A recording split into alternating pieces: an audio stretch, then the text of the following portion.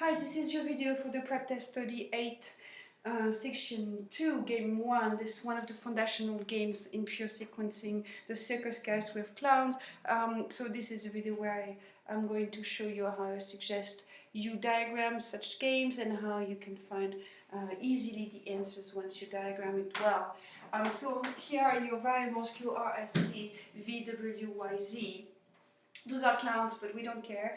Here are 5 rules that we are given. The first rule is that V gets out sometime before Y and Q, so V before Y and Q. Then the second rule is that Q gets out at some time after Z, so Z is around here. Then T gets out at some time before V, but at some time after R. So that gives you R, T, V, and then S gets out at some time after V, so there's another guy here. There's S as well who is behind, and then R finally gets out at some times before W, so you have W here. What's important to notice right away when you look at this diagram is that W can go as far as, is the one that can go to the end. The only constraints it has is on R, to be behind R, so it can go all the way there. Same for Z. Notice that Z is not linked with the other guys. He's only linked with Q, which means Z could possibly be before R. So this guy goes as far as this guy goes way over there. And it's important to notice that so that we don't assume that R needs to be the first one. For example, Z could well be before R. Okay, so now we move to the orientation question. So the first question is always an orientation question. This is the one where they give you a bunch of options. In this case, because you have such a nice diagram, you could actually look at the diagram and roll out the answers one after the other. Now the regular method though, and I'm going to do that because that's the regular method, the regular method is to look at each rule and to roll and see which of those options you're given, which of the answers is ruled out by the rule. So if you do this way, what you do for question 1 is that you look at each of your rules one after the other. You look at rule 1, which is V before Q and Y, and you look at A, it's fine. B, it's not fine. That doesn't work, so B is ruled out. You look at rule 2, which is that Q is after the Z. You look at A, and B is already eliminated, so you don't look at it. You look at C, and you see that this is not fine, right? So Q is before Z. And then you look at rule 3, which is that T is, so you've got the RTV. So you look for RTV, RTV, RTV, RTV. And you see that actually immediately your answer A is not following that rule. So that's ruled out as well. And then rule 5, you have D and E left, so rule 4 actually will not get you anywhere. The S after V is followed, but rule 5 is going to eliminate D. Rule 5 is R is sometime before W, and as you see in D, W is before R. So E is your answer. And what you want to do at this point, at the end of the orientation question, is to highlight the right answer so that you know that this is an option. And sometimes, not in this case, but sometimes it can be very useful to have that.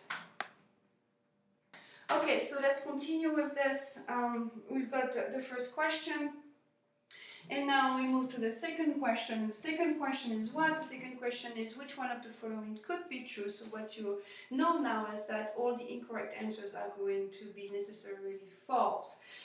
So the question you ask yourself is this possible? And every time you say no, that's not the correct answer. When you say yes, that's the correct answer. So let's look. Which one of the following could be true? Y is the second clown. Can Y be the second clown? Absolutely not. You've got at least 3 guys before Y, so he cannot be second. R is the third.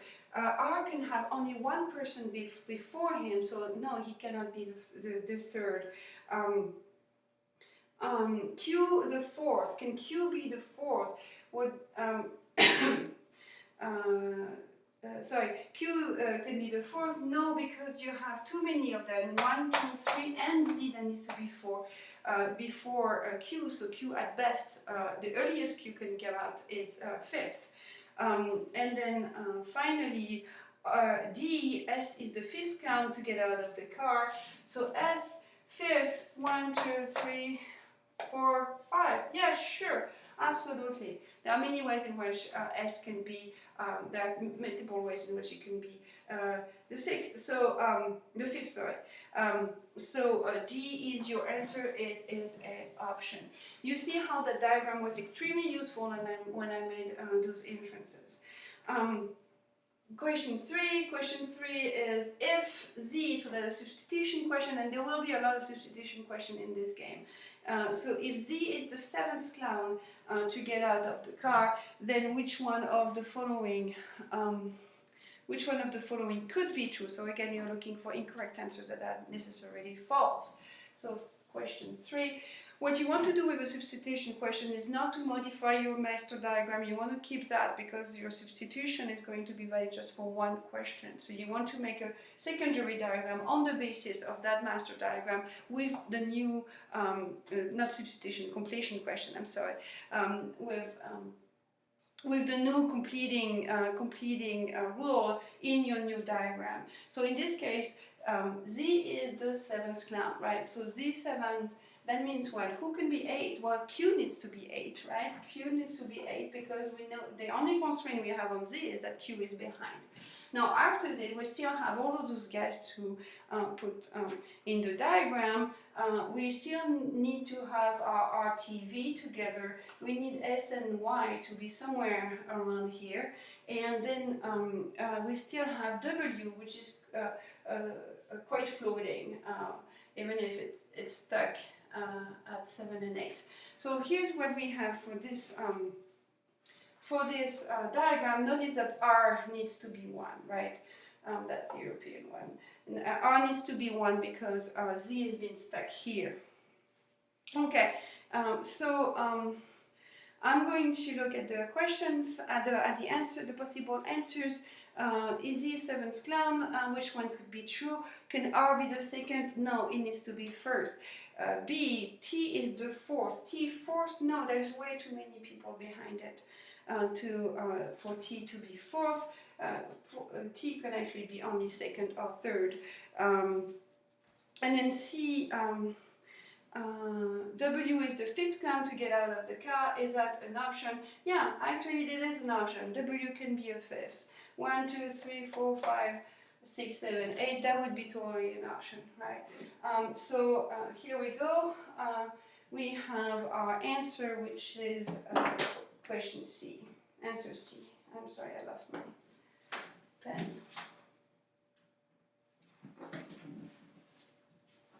There we go. Okay. So we move on with question 4. So what do we do with question 4? If T, so that's another completion question. If T is the fourth clown to get out of the car. So we've got T in the fourth position. What does it give us? Well, we go back to the main diagram and we're trying to adapt to this new situation. Well, we know that we need V after T, and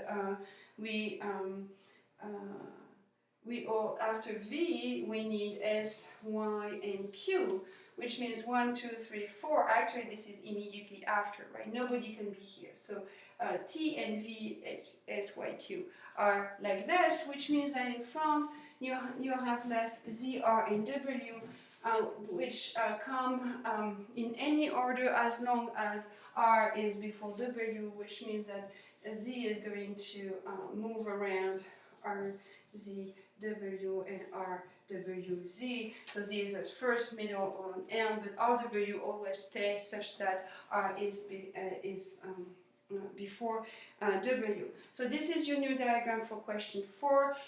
What is the question here? The question is a must be true. Which one of the following must be true? What I would do here is to look at whether I can find one of the answers being kind of related to what I have found. I have found that V needs to be here in the 5th position. That's a pretty strong inference I've made. So I'm going to look immediately at the answer which concerns V. If there is one, there is one. It's D. V is the 5th climb to get out of the car. Ha ha, that's what we got. So we're very happy here. We're going to go directly to this. You can check one after the other as well, but when you have made a strong inference, you might as well take advantage of that and try to see whether you have one of the answers that corresponds to the strong inference you have made just on the basis of the new condition. Alright, so question 5 now. Q is the 5th clown to get out of the car. So what happens if Q is on the 5th position? So Q is right here. So that's the 5th position. That means we need 3 people, 3 clowns behind him, right? So who can be behind Q? Well, none of these guys and none of these guys, right? So the only 3 that are left that can be behind Q are Y, S, and W. So Y, S, and W need to be behind here in any order. Those don't have any constraints on each other, on their relationship. Before Q, who is left, were RTV as usual. And Z is floating here. It's going to be somewhere. It could be here, could be here, could be here, could be here. There is no reason to think it's one way or another. But what's interesting here is again that W got projected on the right side because we needed 3 people here after Q being 5th, and so W is on the right side. So I'm going to, when I look at the answers, I'm going to look immediately at the answer that concerns W, just in case it is actually an answer that corresponds to the inference I just made. So I look at W, which is the answer D. D is the 4th clown to, sorry, I'm looking at question 5. Right, so could be true except, right? I did forget to look at that. Could be true except, so which one could be true except? So we need to find a must be false. And so the question, answer D is, W is the 4th climb to get out of the car. That is indeed impossible to happen because we need it after Q, which is already 5th. So D is the one that must be false. Question 6 now. Question 6, R is the 2nd clown. So if R is the 2nd clown, who can be first, right? That's the first question you ask yourself. R has a lot of people behind him. Who can be before R? As we said before, Z can be before R. So we're going to put Z immediately in the 1st position. And again, we're thinking, well, this is a strong inference we just made. Maybe the answer concerns Z, and we should look into that. So question 6, which one of the following must be true? Is there one of those answers that concerns Z? Yes, there is one. Is Z gets out of the car sometimes before W does? Yes, because Z gets out of the car necessarily before everybody else, including W. So E is going to be your answer. 7, finally, if V gets out of the car sometime before Z does, then which one of the following could be true? So now we are changing our diagram again.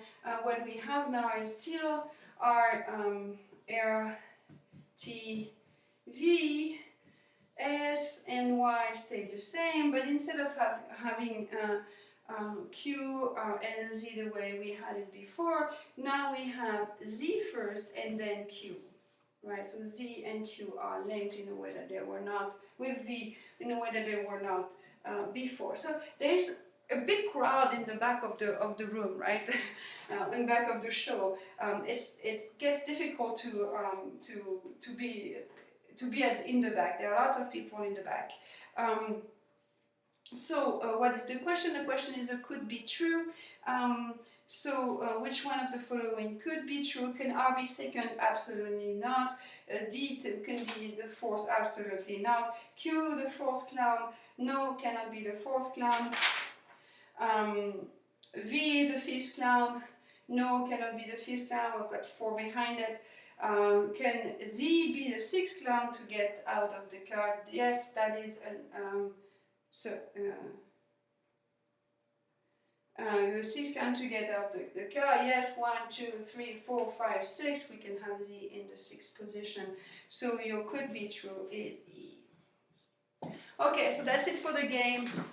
That's a foundational game. What's important for you here is to understand the importance of this diagram and understand that you should not take assumptions, that you have to realize which ones are constrained and which ones are not, and also understand the role of secondary diagrams, and also understand the role of the minimum space used, because again you have, it's better now because games are on 2 pages instead of 1 as is used to, as you can see on this book, but it's still pretty constrained in terms of space. You don't have any scrap paper, so don't practice making giant diagrams. Make them pretty small, pretty clean, and keep them clean so that you can use them and reuse them for every question. Alright, I hope that helped. Now it's your turn. You practice this one, then you practice all the sequencing games in the way they are ordered in your course note. Alright, you have a good night.